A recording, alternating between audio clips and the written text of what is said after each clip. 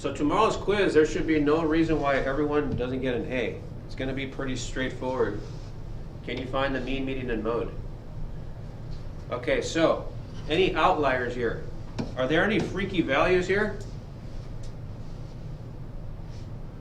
Let's see, 10 from 30 is about 20. From here to here is about 20, another 20, another 20, another 20, another 10. There's really no outliers. There's no freaky values.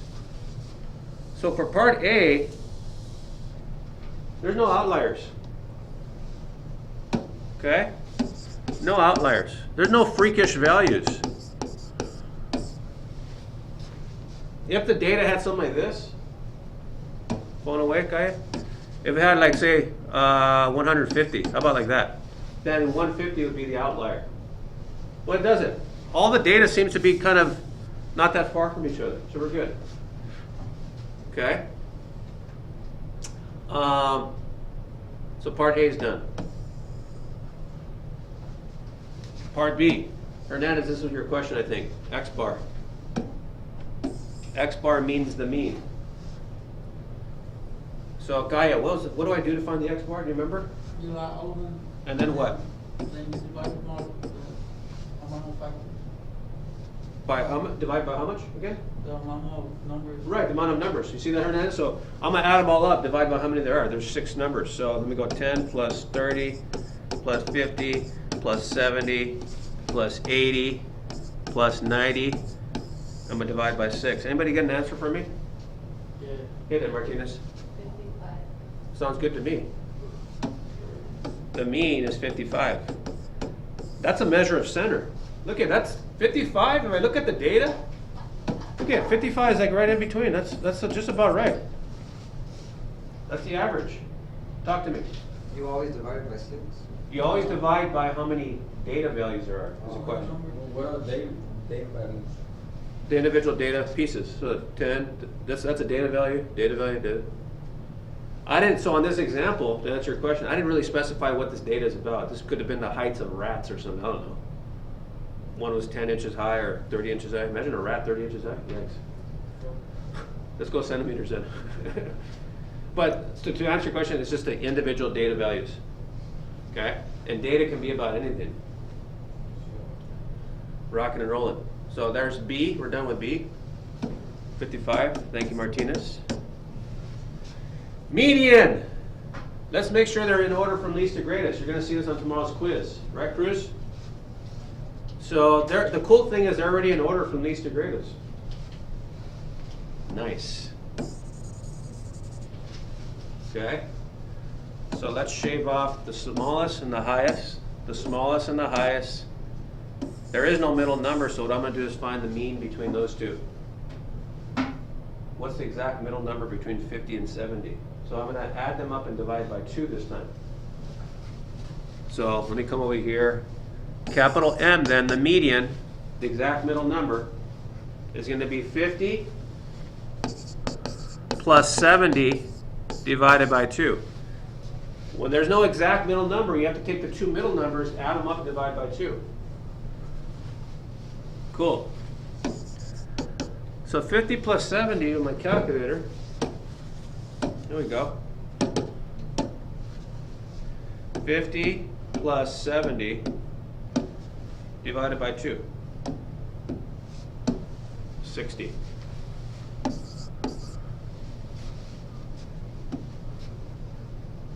So 60 is the median. That seems like a little bit better than 55 for the mean. 60 seems like more in the middle of everything than the 55 does. See, sometimes one measure of center is better than another measure of center. It seems like the median's better. 55 seems more to the left. 60 seems right smack dab in the middle if you think about it. All right, what's the last measure of center? It's the mode. So what would be the mode here? Mode rhymes with most. What do you think, Kaya? Any modes? No mode. It's okay for there not to be a mode. Sometimes there's 2 modes, sometimes there's 3 modes, sometimes there's 1, or sometimes there's 0 modes. So we're good. Awesome. All right. Well, I played this day in history, unless there's any questions. Most of the quiz tomorrow will be on this and what I'm going to cover today, except for standard deviation. What I'm going to cover today, only part of it is going to be on the quiz, not all of it. So just be paying attention. I'm going to come around and give you one more note guide for today's notes. While I'm doing that, bust out your note guide from yesterday with the words. I'm going to play this day in history. This day in history is pretty fascinating for those who are going to be in the military. Gaia, check this out. And who else? Ariano's absent, but he's going to the Marines too, I think. Anyone else going to the military? No, but I need the paper from yesterday. Something to think about. You have your notes in front of you. What I want you to do first is get out the note guide that has all the words on it. Anything else in the restroom real quick? So the measure of variation is a measure that describes the spread or distribution of a data set. And range is the difference of the greatest value and the least value in the data set. Okay?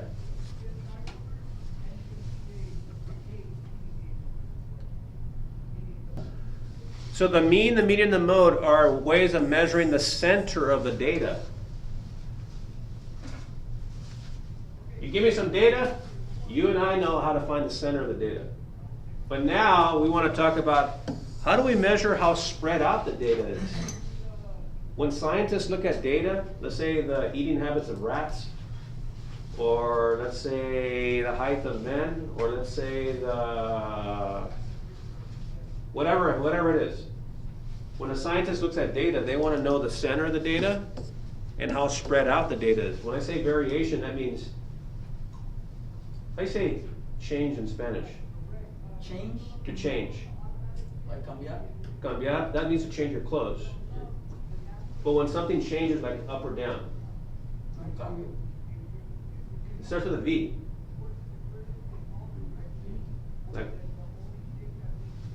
Like to vary, to change. Like variable. Variando? Varias cosas, Yeah, variable. various things, right? It's got the word, look at, variation has a word, to vary means to change. And so measures of how spread out and changeable is the data. That's what we're going to talk about today. One of them, ready, here we go, is the range. You're going to laugh at how easy to find the range is. Right, Hernandez, you with me? And the last one, the last way to find the variation of data is a standard deviation. This one might scare you. I'm going to begin to describe it today. Standard deviation.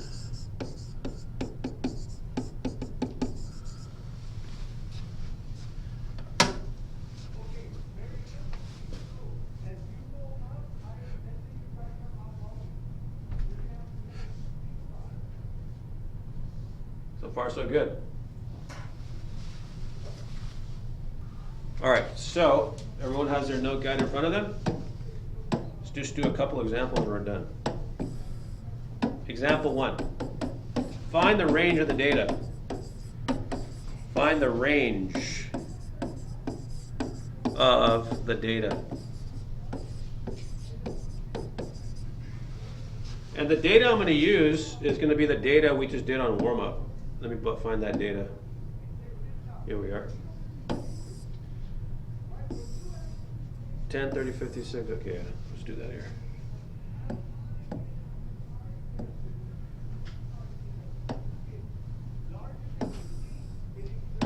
10, 30, 50, 70, 80, 90. Just making numbers up, doesn't matter. This is for practice anyway. So let's see.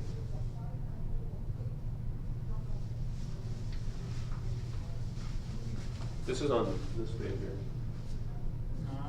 No. Okay, I just thought, sorry. There you lost there. No. All right, let's find the range. In other words, how spread out is the data? That's what the range is trying to ask. How spread out is the data? Well, this is all you got to do. Look at this. The difference of the greatest value and the least value. We wrote it down about 3 minutes ago. The difference means subtract. Let's subtract. The biggest value and the smallest value, subtract them and we're done. Got to be kidding me.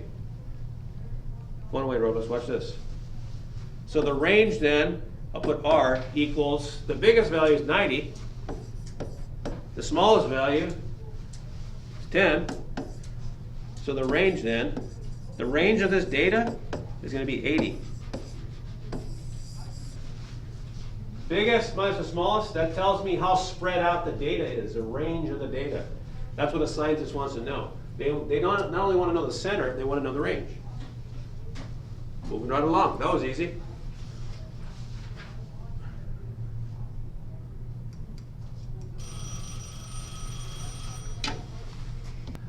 You guys ready for this one now?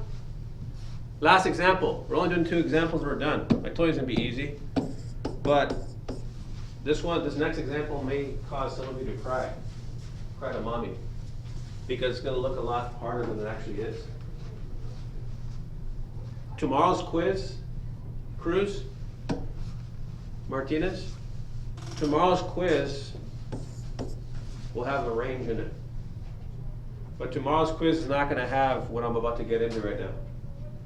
What I'm about to get into is going to be on next week's quiz, the final quiz of the year. Because right now I just want to slowly introduce it because it might give you nightmares. Because there's a lot of steps to it. But if you just focus, it's like easier than ridiculous. It's easier than pi. So like I said, tomorrow's quiz will have a range, but it's not going to have what I'm going to cover right now.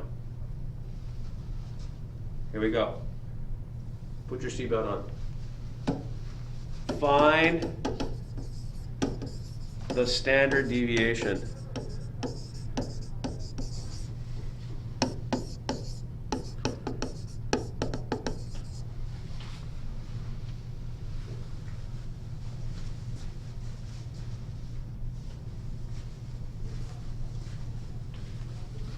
Of the data. What's a standard deviation, you ask? Well, it's one of the measures of variation. So we just did the range. Now I'm going to show you how to find the standard deviation. Okay? Now, here's how you find the standard deviation. You use this formula. That looks scary. Mommy, help, please. Don't worry. We're going to do these different steps, and it's easier than pi. I'm going to demonstrate the easy steps right now, and we'll talk about it more next week on Monday, because tomorrow's a quiz day, and we're not going to touch this till Monday again. I'm going to do one example. I want you following me with all these steps, step by step. I'm going to show you how to do it. Again, this is not going to be on the quiz tomorrow, only the range will be on the quiz, the range. Here we go. Hernandez, what does step 1 say? Find the mean. Find the mean. Find X bar. That's step 1. We know how to do that. We could do that in our sleep. We already found the mean, huh? Remember for warm-up of that data? Because I'm using the same data, by the way, as example 1. The same data as a warm-up. We already found the mean from warm-up. What was the mean from warm-up? Can anybody tell me? What was the mean of that data? Anybody have the warm-up in front of them? We already did it. Extra snap? What's it like, 55? Awesome! There you go. Step 1's done. Told you this is easy. Robus, what does step 2 say? Find the deviation of each wave value. X and X bar. X bar, huh? So what they want us to do now is they want us to figure out how far. Let me write the data again here. 10. Actually, let me just circle this stuff here. Bring it down here.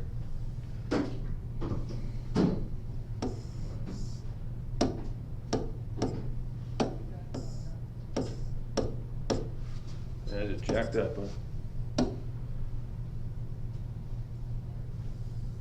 10, 30, 50, 70, 80, 90. Okay.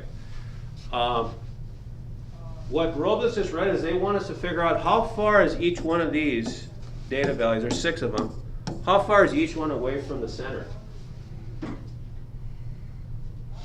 How far is 10 away from the center? How far is 30, Hernandez, you're good? Oh, yeah, okay. How far is 50 away from the center? How far is 70 away from the center? How far is 80 away from the center? How far is 90 away from the center? Well, what is the center? Right here. That's the center. How far is every single data value from the center? Here's what we're going to do. Let's make a table.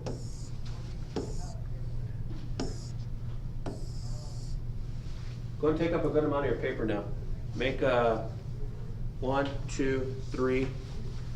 Actually, just 3 columns. Just going to make 3 columns really quick. Nice and big. Take up all the paper in the back. Right here in the back.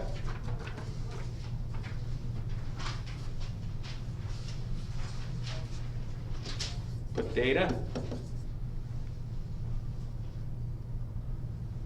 In here, put deviation. And over here, put deviations, squared deviations actually. Squared deviations.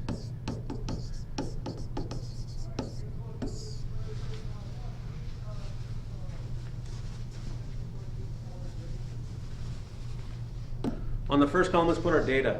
10, 30, 50, 70, 80, and 90. Do that with me.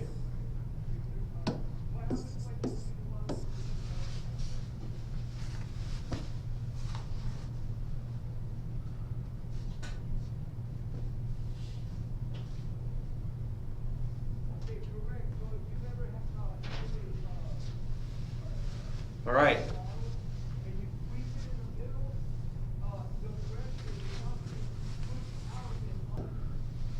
So how far is 10?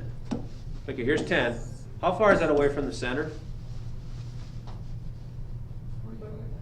What you do in your mind to get 45? Whoever said 45? You two. What you guys do in your head? Subtract the 10, or subtract the 55. What you guys did is, look at, you guys just did this in your head. You guys took the data value and subtracted the mean, 55. And you got 45, you guys are right. So we're on to step 2 that Robles just mentioned about 5 minutes ago. So here we go, look at what we're gonna do. 10 minus 55 equals, in one sense, it's really negative 45, huh?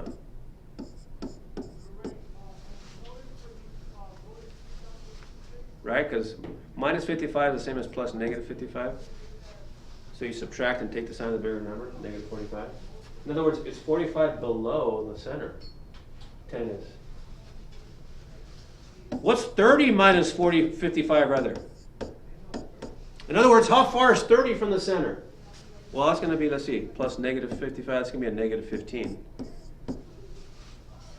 By the way, if you guys are rusty with negative and positives, just use the decimals calculator. I'll attach it to the assignment for today. If you guys are still rusty on that, just use the calculator for now.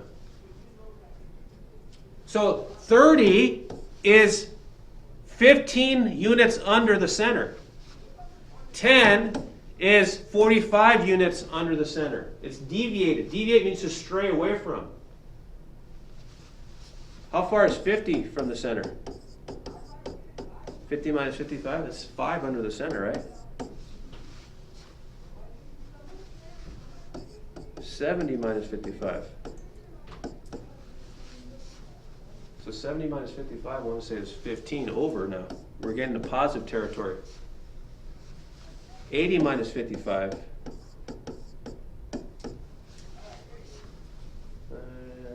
25, huh? And then 90 minus 55 is going to be 45 again. Actually, is that? Yeah, huh? 60, no, 35.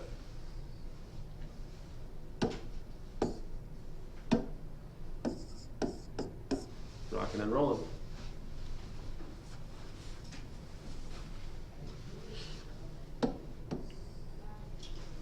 So far, so good. Almost done. The AC will turn on right now. Hang tight.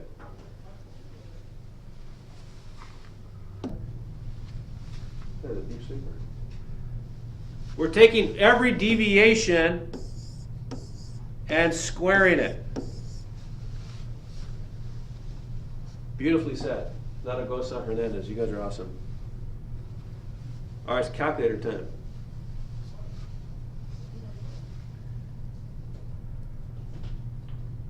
Calculator time, here we go.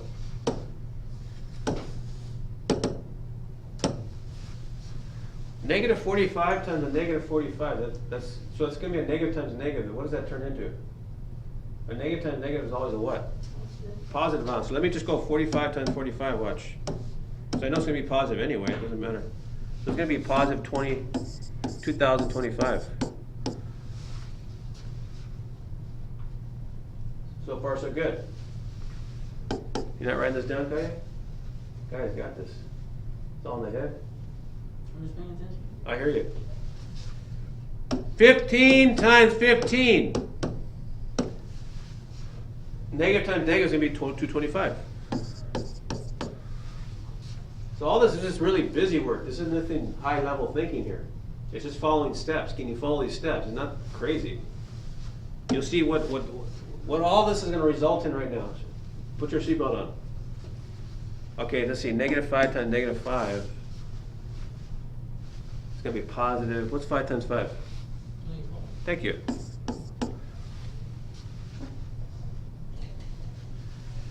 $15 times 15 is 225. 25 times 25 is I have no clue. Let me get my calculator here. That's 625. And then 35 times 35, yikes. Let's see. 1225, 1,225. Rocking and rolling. Question so far? Where's the stuff for? It's on this paper that has Oh, it's on the bottom. there you go, yeah. So all at the bottom, step 4. What's it say? Find the meaning of the square deviation. This is called the Variance. The variance. The variance. So find the mean. We know how to find means. You could do mean on your sleeve, X bar. Find the mean of the squared deviations. In other words, The meaning of all those numbers. the mean of these. What's the mean of those? That's step 4, right, Cruz?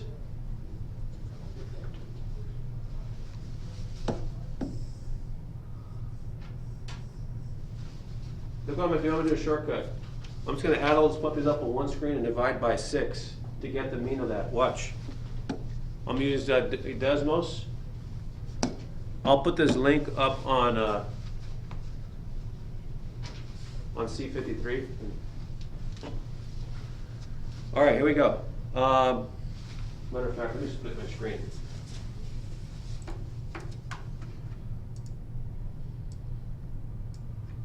Make life a lot easier and quicker. Here we go. So let me get this screen up here. Cool. 725. Here we go. So look what I'm gonna do. All with Desmos, I can put them all in one shot. All right, 2025 plus 225 plus 25. I'm just letting this do the work.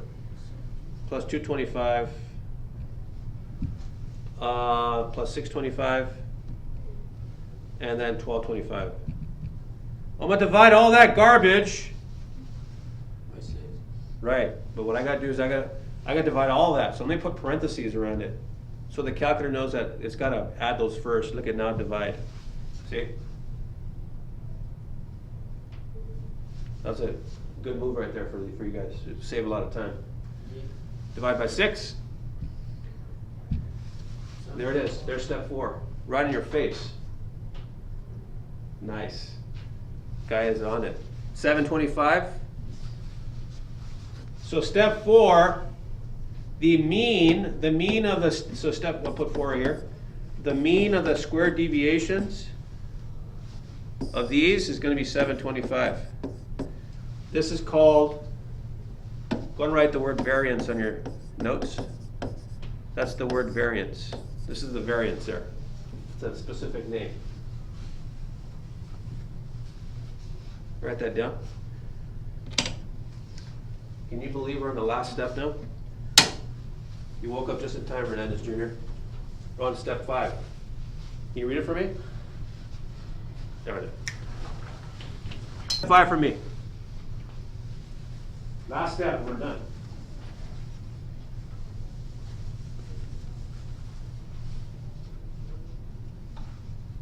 Hit it. Of the variance. In other words, take the square root of that. Square root looks like that. Remember we did that for distance formula about a month ago? We know what the square root is. You guys are no strangers to square root. But it's saying take the square root of the variance, that's 725. And we're done.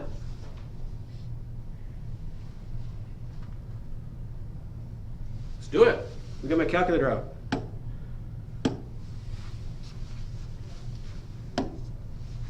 Square root 725. I'm going to round the nearest whole number.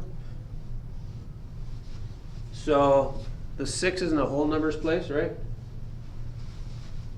I look to the right of the 6, it's 9, 5 or bigger, so it's going to be about 27. So the standard deviation, here we go.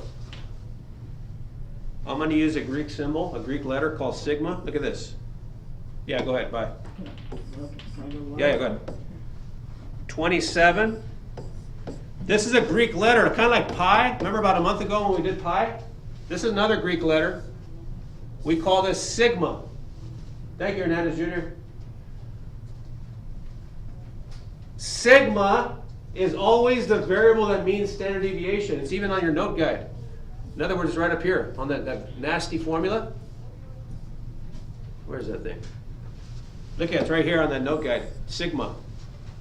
So whenever you want to tell me the standard deviation, we use sigma. If you want to tell me the mean, you use x bar. There it is. The standard deviation is 27. We did all the 5 steps. Now you may be asking, what does that mean? What does standard deviation mean? Well, that's for part 2 on Monday when we come back and visit this again. Part 1 is just I want to take you through the 5 steps and show you that's not that big of a deal. Part 2 is what does that number mean? 27. So what? We did all this gymnastics. We did step 1, 2. We made this big old table here, all kinds of stuff going on. Then we get this number 27. What does 27 mean? What's the point? All that sweat and tears and we get 27. Big deal. What does 27 mean? Again, Monday, I'm going to teach you what 27 means. For now, you just got one flip grid to do and you're done for the day.